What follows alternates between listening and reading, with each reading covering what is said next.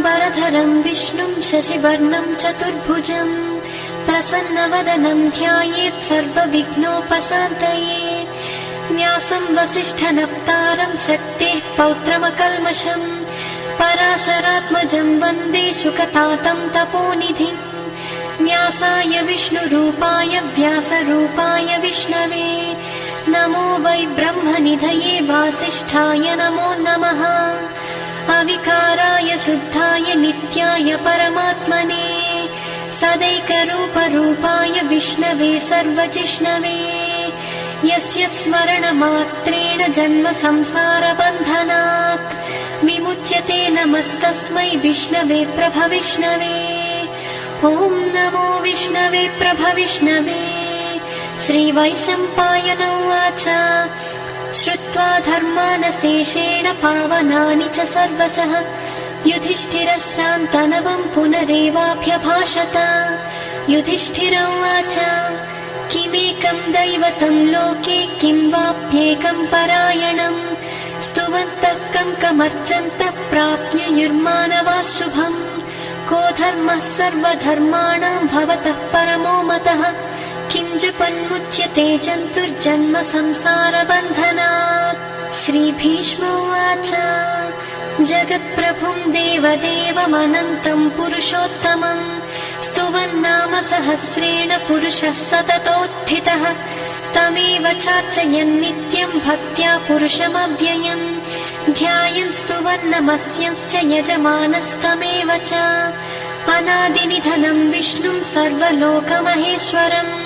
लोकाध्यक्षं स्तुवन्नित्यं सर्वदुःखातिगो भवेत्।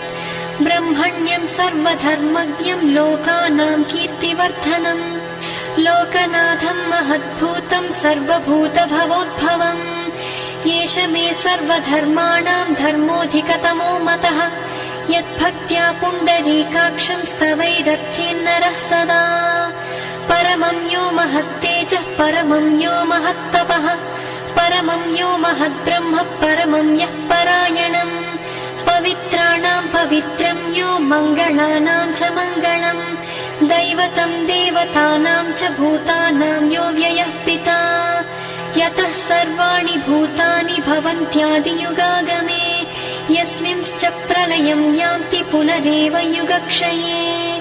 तस्य लोकप्रधानस्य जगन्नाथस्य भूपते विष्णोर्नाम सहस्रं मे शृणु पापभयापहम्। यानि नामानि गौणानि विख्यातानि महात्मनः ऋषिभिः परिगीतानि तानि वक्ष्यामि भूतये। ऋषिर्नाम्नां सहस्रस्य वेदव्यासो महामुनिः छन्दोनुष्टुप् तथा देवो भगवान् देवकीसुतः। अमृतांशोद्भवो बीजं शक्तिर्देवकी नन्दनः त्रिसामा हृदयं तस्य शान्त्यर्थे विनियुज्यते। विष्णुं जिष्णुं महाविष्णुं प्रभविष्णुं महेश्वरम् अनेकरूपदैत्यान्तं नमामि पुरुषोत्तमम्। अस्य श्रीविष्णोर्दिव्यसहस्रनामस्तोत्रमहामन्त्रस्य श्रीवेदव्यासो भगवान् ऋषिः अनुष्टुप् छन्दः। श्रीमहाविष्णुः परमात्मा श्रीमन्नारायणो देवता अमृतांशोद्भवो भानुरिति बीजम् देवकी नन्दनः स्रष्टेति शक्तिः उद्भवः क्षोभणो देव इति परमो मन्त्रः। शङ्खबृन्नन्दकी चक्रीति कीलकम् शाङ्गधन्वा गदाधर इत्यस्त्रम् रथाङ्गपाणिरक्षोभ्य इति नेत्रम् त्रिसामा सामगः सामेति कवचम् आनन्दं परब्रह्मेति योनिः ऋतुः सुदर्शनः काल इति दिग्बन्धः श्रीविश्वरूप इति ध्यानम्। श्रीमहाविष्णुप्रीत्यर्थे सहस्रनाम जपे विनियोगः। ध्यानम् क्षीरोदन्वत्प्रदेशे शुचिमणिविलसत्सैकते मौक्तिकानां माला क्लिप्तासनस्थस्फटिकमणिनिभैर्मौक्तिकैर्मण्डिताङ्गः शुभ्रैरभ्रैरदभ्रैरुपरि विरचितैर्मुक्तपीयूषवर्षैः आनन्देन पुनीयादरिनलिनगदाशङ्खपाणिर्मुकुन्दः। भूः पादौ यस्य नाभिर्वियदसुरनिलश्चन्द्रसूर्यौ च नेत्रे कर्णावासाशिरोद्यौर्मुखमपि दहनो यस्य वास्तेयमब्धिः अन्तस्थं यस्य विश्वं सुरनरखगो भोगि गन्धर्वदैत्यैः चित्रं रम्यते तं त्रिभुवनवपुषं विष्णुमीशं नमामि। ॐ नमो भगवते वासुदेवाय। शान्ताकारं भुजगशयनं पद्मनाभं सुरेशं विश्वाधारं गगनसदृशं मेघवर्णं शुभाङ्गम्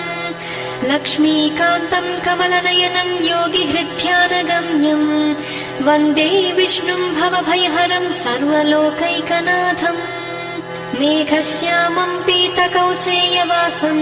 श्रीवत्साङ्कं कौस्तुभोद्भासिताङ्गम् पुण्योपेतं पुण्डरीकायताक्षं विष्णुं वन्दे सर्वलोकैकनाथम्। नमः समस्तभूतानामादिभूताय भूभृते अनेकरूपरूपाय विष्णवे प्रभविष्णवे। सशङ्खचक्रं सकिरीटकुण्डलं सपीतवस्त्रं सरसीरुहेक्षणं सहारवक्षस्थलशोभिकौस्तुभं नमामि विष्णुं शिरसा चतुर्भुजम्। छायायां पारिजातस्य हेमसिंहासनोपरि आसीनमम्बुदस्याममायताक्षमलङ्कृतम् चन्द्राननं चतुर्बाहुं श्रीवत्साङ्कितवक्षसं रुक्मिणी सत्यभामाभ्यां सहितं कृष्णमाश्रये।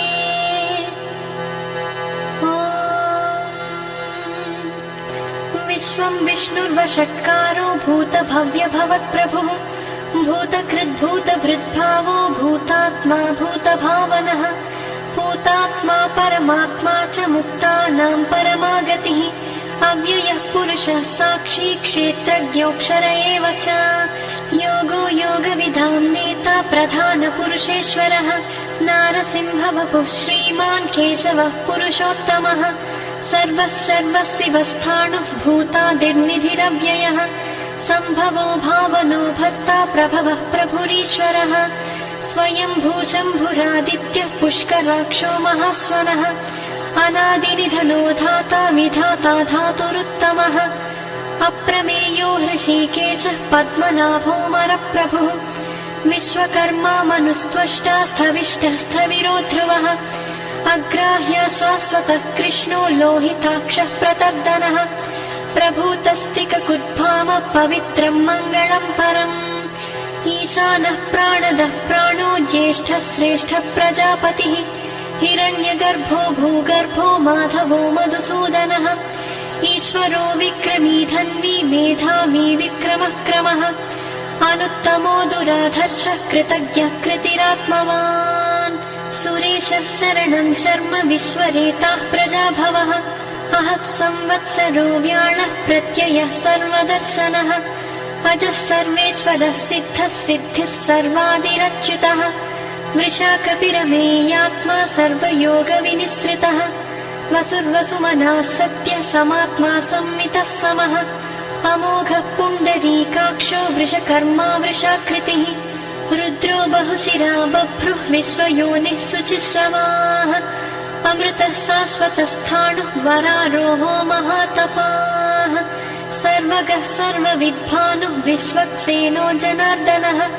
वेदो वेदविदव्यङ्गो वेदाङ्गो वेदवित्कविः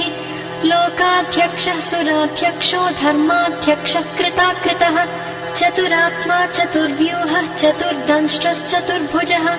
भ्राजिष्णुर्भोजनं भोक्ता सहिष्णुर्जगदादिजः अनघो विजयो जेता विश्वयोनिः पुनर्वसुः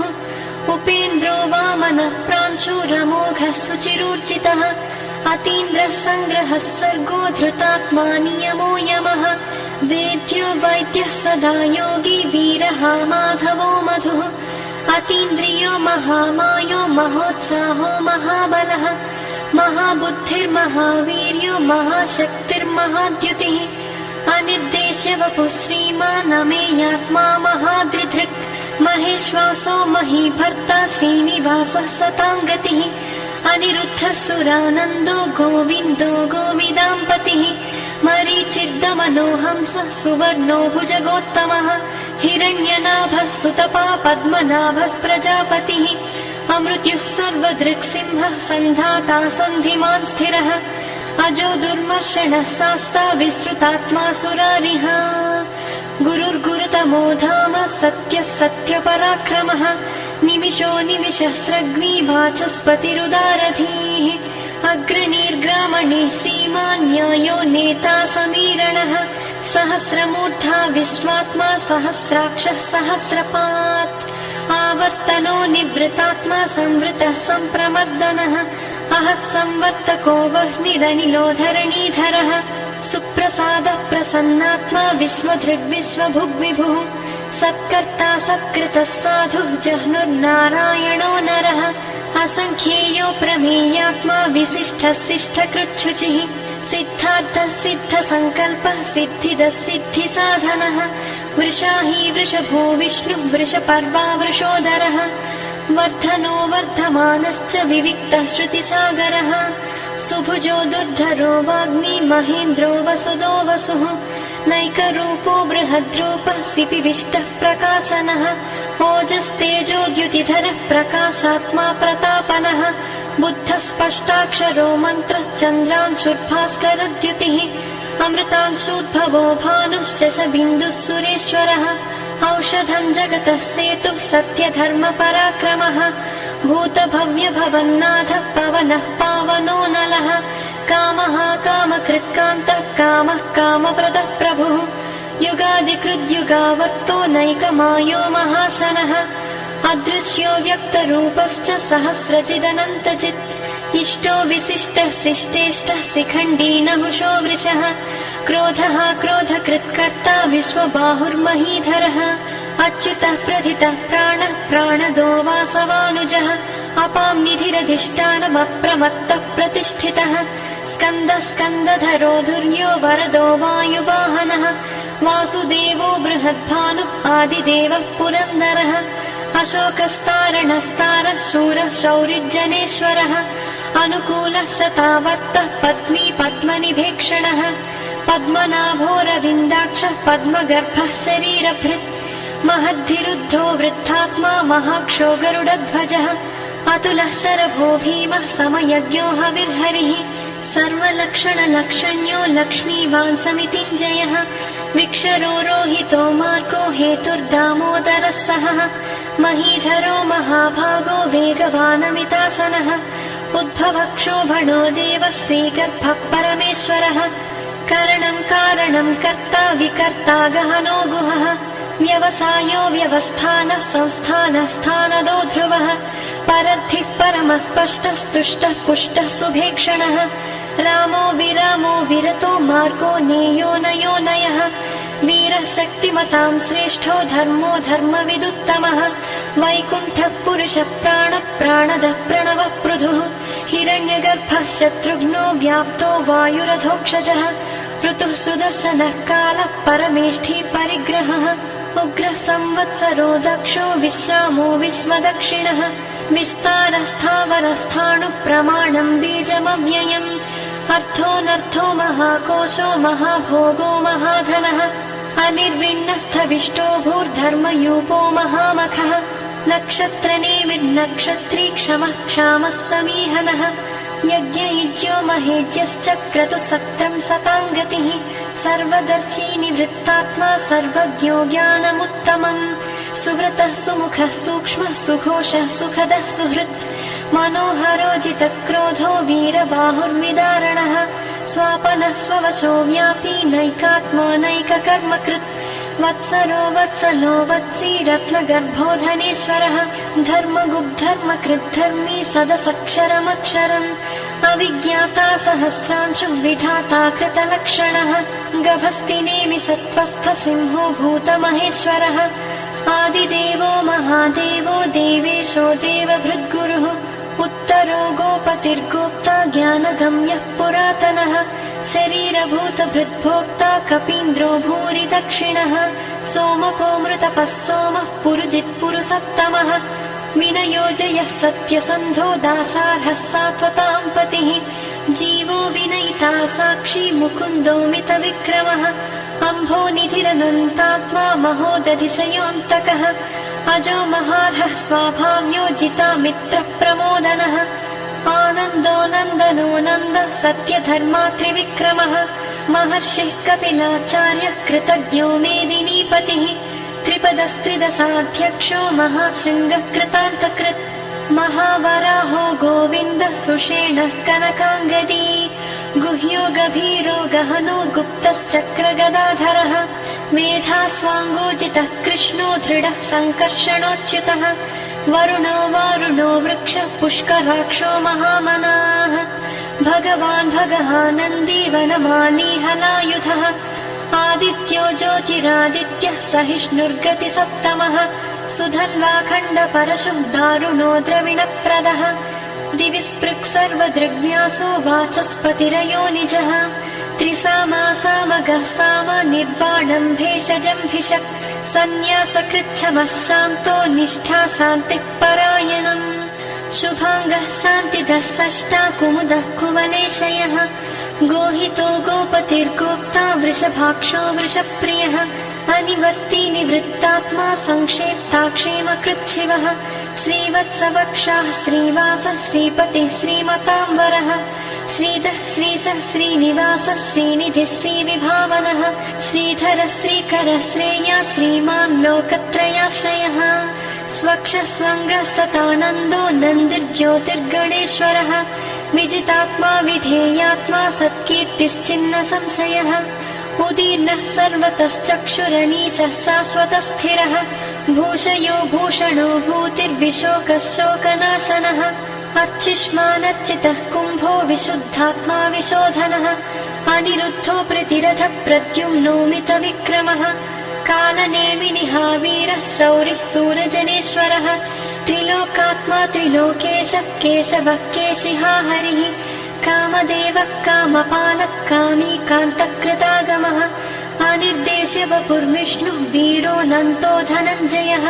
ब्रह्मण्यो ब्रह्मकृत् ब्रह्मा ब्रह्मा ब्रह्मविवर्धनः ब्रह्मविद्ब्राह्मणो ब्रह्मी ब्रह्मज्ञो ब्राह्मणप्रियः महाक्रमो महाकर्मा महातेजा महोरगः महाक्रतुर्महायज्वा महायज्ञो महाहविः स्तव्यस्तव प्रियः स्तोत्रं स्तुतिः स्तोतारणप्रियः पूर्णः पूरयिता पुण्यः पुण्यकीर्तिरनामयः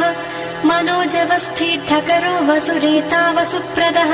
वसुप्रदो वासुदेवो वसुर्वसुमनाहविः सत्कृतिः सत्कृतिः सत्ता सद्भूतिः सत्परायणः शूरसेनो यदुश्रेष्ठः सन्निवासः सुयामुनः भूतावासो वासुदेवः सर्वासु निलयो नलः दर्पः दर्पदो दृप्तो दुर्धरोधापराजितः विश्वमूर्तिर्महामूर्तिः दीप्तमूर्तिरमूर्तिमान् अनेकमूर्तिरव्यक्तः शतमूर्तिः शताननः एको नैकः स वः कः किं यत्तत्पदमनुत्तमम् लोकबन्धुर्लोकनाथो माधवो भक्तवत्सलः सुवर्णवर्णो हेमाङ्गो भराङ्गश्चन्दनाङ्गदी वीरः विषमः शून्यो घृतासीरचलश्चलः अमानी मानदो मान्यो लोकस्वामी त्रिलोकधृत् सुमेधा मेधजो धन्यः सत्यमेधाधराधरः तेजो वृषोद्युतिधरः सर्वशस्त्रभृताम्बरः प्रग्रहो निग्रहो व्यग्रो नैकशृङ्गो गदाग्रजः चतुर्मूर्तिश्चतुर्बाहुः चतुर्व्यूहश्चतुर्गतिः चतुरात्मा चतुर्भावः चतुर्वेदविदेकपात् समावर्तो निवृत्तात्मा दुर्जयो दुरतिक्रमः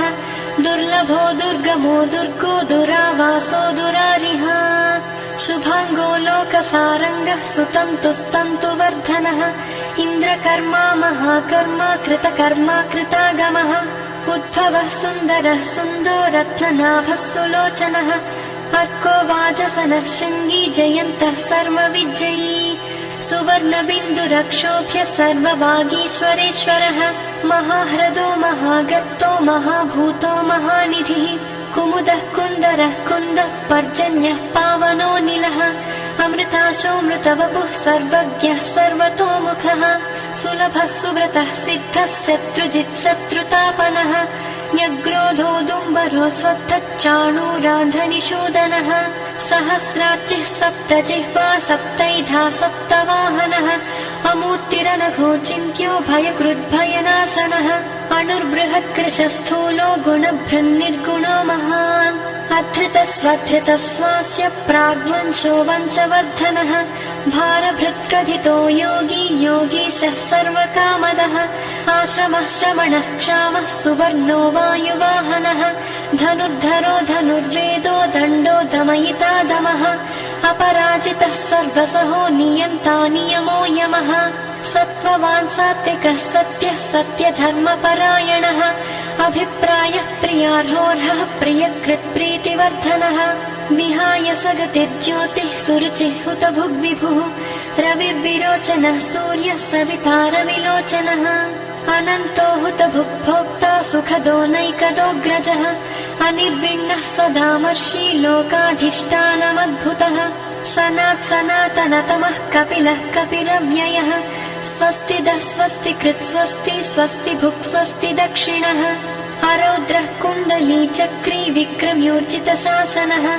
शब्दातिगः शब्दसः शिशिरः सर्वरीकरः अक्रूरः पेशलो दक्षो दक्षिणः क्षमिणाम्बरः विद्वत्तमो वीतभयः पुण्यश्रवणकीर्तनः उत्तारणो दुष्कृतिः पुण्यो दुःस्वप्ननाशनः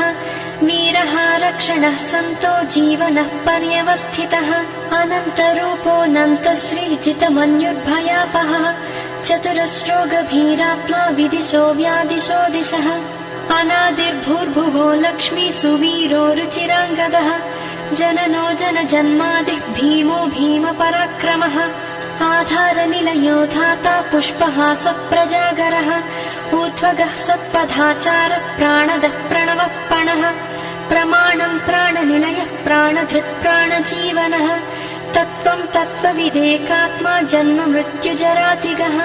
भूर्भुवः स्वस्तरुस्तारः सविता प्रपितामहः यज्ञो यज्ञपतिर्यज्वा यज्ञाङ्गो यज्ञवाहनः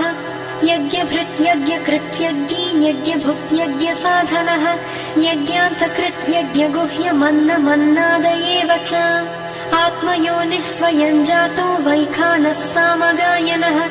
देवकीनन्दनः स्रष्टा क्षितीशः पापनाशनः शङ्खभृन्नन्दकी चक्री साङ्गधन्वा गदाधरः रथाङ्गपाणिरक्षोभ्यः सर्वप्रहरणायुधः सर्वप्रहरणायुध ॐ नम इति वनमाली गदी साङ्गी शङ्खी चक्री च नन्दकी श्रीमान् नारायणो विष्णुः वासुदेवोऽभिरक्षतु वनमाली गदी साङ्गी शङ्खी चक्री च नन्दकी श्रीमान् नारायणो विष्णुः वासुदेवोऽभिरक्षतु वनमाली गदी साङ्गी शङ्खी चक्री च नन्दकी श्रीमान् नारायणो विष्णुः वासुदेवोऽभिरक्षतु इतीदं कीर्तनीयस्य केशवस्य महात्मनः नाम्नां सहस्रं दिव्यानामशेषेण प्रकीर्तितम् य इदं शृणुयान् नित्यं यश्चापि परिकीर्तयेत् नाशुभं प्राप्नुयात् किञ्चित् सोमुद्रेह च मानवः वेदान्तगो ब्राह्मणः स्यात् क्षत्रियो विजयी भवेत् वैश्यो धनसमृद्धः स्यात् शूद्रः सुखमवाप्नुयात् धर्मार्थी प्राप्नुयात् धर्ममर्थार्थी चार्थमाप्नुयात् कामानवाप्नुयात् कामी प्रजार्थी प्राप्नुयात् प्रजाम् भक्तिमान्यः सदोत्थाय शुचिस्तद्गतमानसः सहस्रं वासुदेवस्य नाम्नामेतत् प्रकीर्तयेत् यशः प्राप्नोति विपुलं ज्ञाति प्राधान्यमेव च अचलां श्रियमाप्नोति श्रेयः प्राप्नोत्यनुत्तमम् न भयं क्वचिदाप्नोति वीर्यं तेजश्च विन्दति भवत्यरोगो द्युतिमान् बलरूपगुणान्वितः रोगार्तो मुच्यते रोगात् बद्धो मुच्येत बन्धनात् भयान्मुच्येत भीतस्तु मुच्येत्तापन्नापदः दुर्गाण्यति तरत्यासु पुरुषः पुरुषोत्तमम् स्तुवन्नाम सहस्रेण नित्यं भक्तिसमन्वितः वासुदेवाश्रयो मत्यो वासुदेवपरायणः सर्वपापविशुद्धात्मा याति ब्रह्म सनातनम् न वासुदेव भक्तानामशुभं विद्यते क्वचित् जन्म मृत्युजरा व्याधि भयं नैवोपजायते इमं स्तवमधीयानः श्रद्धा भक्ति समन्वितः युज्येतात्मसुखक्षान्ति श्रीधृतिस्मृतिकीर्तिभिः न क्रोधो न च मात्सर्यं न लोभो नाशुभामतिः भवन्ति कृतपुण्यानां भक्तानां पुरुषोत्तमे द्यौः सचन्द्रार्कनक्षत्राकं दिशो भूर्महोदधिः वासुदेवस्य वीर्येण विधृतानि महात्मनः ससुरासुरगन्धर्वं स यक्षोरगराक्षसं जगद्वसे वर्ततेदं कृष्णस्य सचराचरम् इन्द्रियाणि मनोबुद्धिः सत्त्वं तेजो बलं धृतिः वासुदेवात्मकान्याहुः क्षेत्रं क्षेत्रज्ञ एव च सर्वागमानामाचारः प्रथमं परिकल्प्यते आचारप्रभवो धर्मो धर्मस्य प्रभुरच्युतः ऋषयः पितरो देवा महाभूतानि धातवः जङ्गमाजङ्गमं चेदं जगन्नारायणोद्भवम् योगो ज्ञानं तथा साङ्ख्यं विद्याः शिल्पादिकर्म च वेदाः शास्त्राणि विज्ञानमेतत् सर्वं जनार्दनात् एको विष्णुर्महद्भूतं पृथग्भूतान्यनेकशः त्रीन् लोकान् व्याप्य भूतात्मा भुङ्क्ते विश्वभुगव्ययः इमं स्तवं भगवतो विष्णोर्व्यासेन कीर्तितं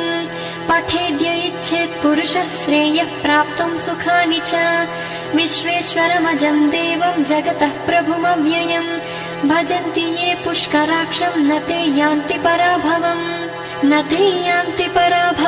ॐ नमः इति अर्जुन उवाच पद्मपत्रविशालाक्ष पद्मनाभसुरोत्तम भक्तानामनुरक्तानां त्राता भव जनार्दन श्रीभगवानुवाच यो मां नाम सहस्रेण स्तोतुमिच्छति पाण्डव सोऽहमेकेन श्लोकेन स्तुत एव न संशयः ॐ नमः इति व्यास उवाच वासनाद्वासुदेवस्य वासितं भुवनत्रयं सर्वभूतनिवासोऽसि वासुदेव नमोऽस्तु ते श्रीवासुदेव नमोऽस्तु ॐ नमः इति पार्वत्युवाच केनोपायेन लघुना विष्णोर्नाम सहस्रकम् पठ्यते पण्डितैर्नित्यं श्रोतुमिच्छाम्यहं प्रभो ईश्वर उवाच श्रीराम राम रामेति रमे रामे मनोरमे सहस्रनाम तत्तुल्यं राम नाम वरानने श्रीराम राम रामेति रमे रामे मनोरमे सहस्रनाम तत्तुल्यं राम नाम वरानने राम नाम वरानन ॐ नमः इति ब्रह्मोवाच नमोऽस्त्वनन्ताय सहस्रमूर्तये सहस्रपादाक्षि शिरोरुबाहवे सहस्रनाम्ने पुरुषाय शाश्वते सहस्रकोटियुगधारिणे नमः सहस्रकोटियुगधारिणे नमः ॐ नमः इति सञ्जय उवाच यत्र योगीश्वरः कृष्णो यत्र पार्थो धनुर्धरः तत्र श्रीर्विजयो भूतिः ध्रुवा नीतिर्मतिर्मम श्रीभगवानुवाच अनन्याश्चिन्तयन्तो मां ये जनाः पर्युपासते तेषां नित्याभियुक्तानां योगक्षेमं वहाम्यहम् परित्राणाय साधूनां विनाशाय च दुष्कृतां धर्म संस्थापनार्थाय सम्भवामि युगे युगे आर्ता विषण्णाः शिथिलाश्च भीताः घोरेषु च व्याधिषु वर्तमानाः संकीर्त्य नारायण शब्दमात्रम् विमुक्तदुःखाः सुखिनो भवन्ति कायेन वाचा मनसेन्द्रियैर्वा बुद्ध्यात्मना वा प्रकृते स्वभावात् करोमि यद्यत् सकलं परस्मै नारायणायेति समर्पयामि।